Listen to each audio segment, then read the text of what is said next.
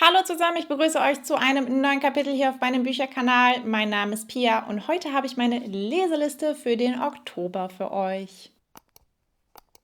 Ein neuer Monat steht an und ich bin sehr, sehr gespannt auf den Oktober. Ich freue mich unfassbar auf den Herbst, das könnt ihr euch überhaupt nicht vorstellen. Und Oktober ist halt für mich so der offizielle Herbstanfang, wo es richtig schön gemütlich draußen wird. Und ich habe so ein paar Bücher rausgesucht, die ich im Oktober gerne lesen möchte, die für mich so richtig gut in diese Stimmung reinpassen. Und diese Bücher stelle ich euch jetzt vor. Ihr kennt mich, ich mache mir gerne Leselisten, die, sagen wir es mal ganz frei raus, ziemlich unrealistisch sind. Das heißt, ich packe mir immer viel zu viele Bücher da drauf. Und zu diesen Büchern, die ihr gleich sehen werdet, kommt eventuell auch noch das ein oder andere Rezensionsexemplar, das ich dann da vielleicht noch reinschieben muss. Das kommt dann drauf an, wie sich das alles noch so entwickelt hier bei mir. Aber ich habe 5 Bücher rausgesucht jetzt erstmal. Ich finde, das ist schon noch human, ne? Im Vergleich zu dem, was ich mir sonst manchmal so raussuche. Aber ich muss sagen, es ist auch ein ordentlicher Klopper dabei. Und das ist direkt das erste Buch, das ich euch zeigen möchte. Und zwar ist das dieses hier, Der Mann, der kein Mörder war, von Hjort und Rosenfeld. Das ist ein Krimi und den hatte ich mir eigentlich schon mal so auf meine Leseliste gelegt in diesem Jahr. Ich glaube, es war so im Sommer.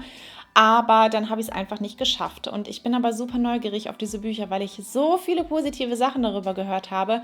Einmal von meiner Mama, die das nämlich gelesen hat, und andererseits auch von euch. Ich habe, als ich das in meinen Neuzugängen war es, glaube ich, gezeigt habe, dieses Buch, da hatte ich einige Kommentare darunter, in denen es hieß, das wäre so gut. Und obwohl diese Bücher so dick sind, hätte man die in 0, nichts gelesen, weil es einfach so spannend wäre. Spannung, Krimi. Ist ein Krimi, ne? Ja. Und ja, Spannung, Krimi passt einfach perfekt in den Herbst und in den Oktober für mich.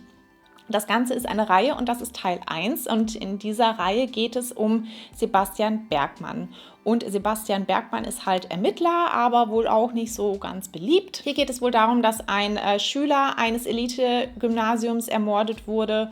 Und der Mörder muss natürlich gefasst werden und der, hier steht, hochintelligente Bergmann ist bei den Ermittlungen unverzichtbar und es gibt wohl auch nicht nur, hier steht, es gibt mehr als eine zerstörte Seele und ja, da freue ich mich sehr drauf. Also hier bin ich wirklich richtig, richtig gespannt drauf. Dann habe ich mich noch für einen zweiten Spannungsroman entschieden und zwar geht das in die Richtung Thriller. Das ist Die Angst schläft nie von Rachel Kane. Und auch das ist der Auftakt einer Reihe oder Trilogie. Ich bin mir nicht ganz sicher. Ich weiß nicht, ob das mehr als 3 Bände sind. Aber das Ganze ist halt so ein Amazon Publishing Roman, was ich überhaupt nicht wusste, als ich das gekauft habe. Der Verlag heißt Edition M und wie gesagt, ist von Amazon Publishing irgendwie so das Thriller-Imprint, wenn man es so nennen kann. Und ja, ich bin von der Qualität her irgendwie so ein bisschen, es fühlt sich irgendwie komisch an. Ich glaube, man muss das entweder total kaputt machen beim Lesen, aber eigentlich ist das Äußere ja auch ziemlich wurscht. Der Inhalt klingt zumindest sehr, sehr spannend. Hier geht es nämlich darum, dass die Protagonistin Gina ja ein neues Leben führen muss, denn ihr Ehemann wird tatsächlich als Serienmörder überführt. Das ist mal krass, oder? Stellt euch das mal vor. Jedenfalls wird halt, weil das Ganze öffentlich geht, natürlich, Serienmörder wird gefasst, zieht natürlich auch durch die Medien und es heißt, ja, Gina gerät halt auch so ein bisschen in den Fokus und das auch nicht im positiven Sinne. Und sie entscheidet sich dazu, ein neues Leben zu beginnen und flieht und über viele, viele Umwege hat sie dann halt endlich ja, es geschafft, hat ein neues Leben angefangen unter neuem Namen, neue Identität und so weiter, damit man ihr nicht, ja, damit man sie nicht finden kann, damit sie einfach in Frieden weiterleben kann. Sie trägt halt dieses Geheimnis die ganze Zeit mit sich herum, dass ihr Mann halt als überführter Mörder, Serienmörder im Gefängnis sitzt und sie redet halt mit niemandem darüber. Aber dann wird wohl eines Tages eine Leiche in dem Ort, wo sie dann nun lebt, wo sie ihr neues Leben begonnen hat, gefunden. Und diese Leiche trägt die Handschrift ihres Mannes. Also Handschrift im Sinne von dieser Mensch wurde so umgebracht, wie das ihr verurteilter Ehemann immer getan hat. Und daraufhin merkt sie halt, okay, hier ist irgendwas faul und sie muss wieder fliehen, wieder von neuem anfangen. Und das klingt extrem spannend, wie ich finde. Ja, also ich habe über dieses Buch, ich glaube, habe ich in einem Video von einer amerikanischen Booktuberin, meine ich, gesehen. Die hat das Ganze gelesen und als sehr gut bewertet. Und das war halt für mich, ich fand auch dieser Inhalt klang einfach so spannend und ich finde auch so dieses Cover sieht so nach Herbst und Horror aus irgendwie. Da dachte ich, da passt das einfach perfekt. Deswegen, Die Angst schläft nie, freue ich mich sehr drauf. Und wenn mich das Ganze überzeugt, dann werde ich auch zusehen, dass ich da die nächsten Teile dann auch relativ bald die Finger dran kriege. Bei dem nächsten Buch habe ich schon gesagt, als ich es hier in einem Video ausgepackt habe sozusagen. Und zwar war das mein Book Blind Date Video, das ich euch hier oben mal verlinke, in dem ich Bücher gekauft habe, auf Empfehlung von anderen sozusagen, von denen ich selber überhaupt keine Ahnung habe, worum es geht. Als ich mir durchgelesen habe, worum es in Das Land der anderen von Leila Slimani geht, war für mich einfach klar, das möchte ich so bald wie möglich lesen. Denn ich glaube, dass das ein Buch ist, das sehr, sehr ergreifend ist, das mich absolut mitreißen kann. Und die Buchhändlerin, die es mir empfohlen hat, die hat gesagt, das ist ein Buch, das man gelesen haben muss. Und deswegen möchte ich das auch unbedingt im Oktober noch lesen. Das Ganze spielt Ende des Zweiten Weltkriegs und es geht hier darum, dass Mathilde sich in einen Marokkaner verliebt, der ich glaube in der französischen Armee, aber genau, ein marokkanischer Offizier im Dienst der französischen Armee. Das heißt, so lernen sie ihn dann wahrscheinlich kennen und sie verlieben sich ineinander und sie beschließen, ihr Leben gemeinsam weiter zu verbringen. Sie ziehen nach Marokko, also in die Heimat von Emin, so heißt nämlich der Mann. Die beiden heiraten, bekommen Kinder, ziehen auf einen Hof, den sie dann versuchen zu bestellen sozusagen.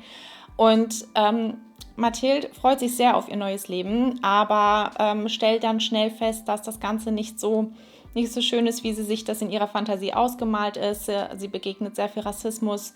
Schon allein aufgrund der Tatsache, dass sie als Französin mit einem Marokkaner verheiratet ist, was sich damals nicht schickt. Ihre Traditionen werden beäugt von den Einheimischen und wohl auch ihr Mann begegnet ihr bei manchen Sachen sehr mit Unverständnis und sie lässt sich aber nicht unterkriegen. Und ich glaube, dass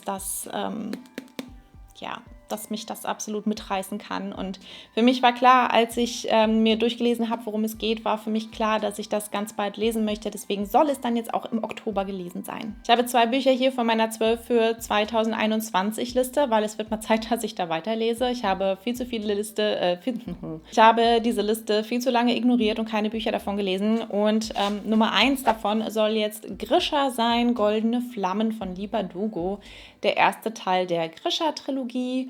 Und war ja eine Zeit lang hier in aller Munde, damals, als es erschienen ist sowieso und jetzt vor kurzem nochmal aufgrund der Fernsehserie, die herausgekommen ist.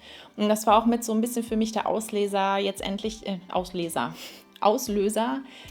mal den ersten Teil zu lesen, den ich hier habe. Teil 2 und Teil 3 habe ich noch nicht hier.